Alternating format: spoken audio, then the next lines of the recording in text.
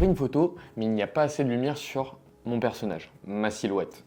Que faire? On va faire un petit tour sur Lightroom pour déjà voir la photo initiale. Ensuite, on va passer sur Photoshop pour faire ces petites corrections de light, genre un petit effet de lumière qui passe. Et ensuite, dernier point, on repasse sur Lightroom pour retoucher la couleur uniquement. Bien sûr, on va faire quelques petits masques, mais le travail d'editing, le travail un petit peu graphique, il va se faire sur Photoshop. Je ne comprendrai pas pourquoi le faire sur Lightroom. Maintenant, on va voir ce que ça donne, simplement. Premièrement, je crée un quelques paramètres, la lumière et le contraste. Vu qu'on veut éclairer, on va augmenter les luminosités. Et là, tu vois que je fournis sur toute l'image.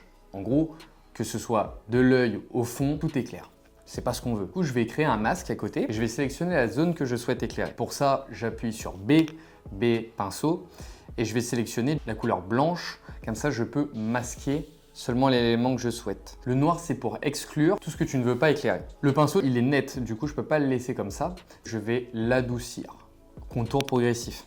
Ça sert toujours. Même sur mes traits de pinceau, le plus important, c'est le contour progressif. Ça va diminuer la netteté, mais surtout, ça va l'éparpiller sur notre espace. Tu vois, là j'ai une ligne, il faut se dire que ça va faire cet effet-là. Voilà, ça va aller un petit peu partout.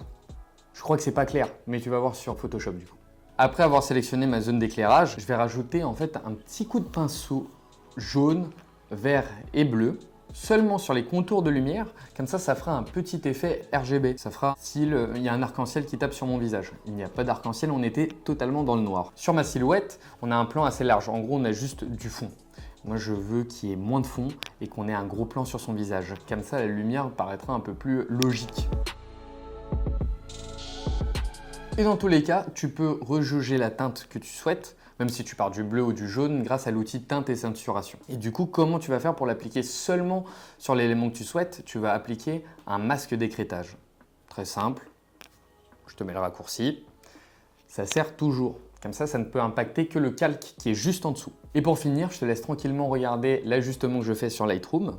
Du coup, moi, ce que j'aime, c'est augmenter un peu la clarté, diminuer la texture et surtout rajouter du grain. Pour la partie Lightroom, je vais te laisser tranquille et juste suivre mes paramètres. Tu me dis ce que tu en penses? Oui.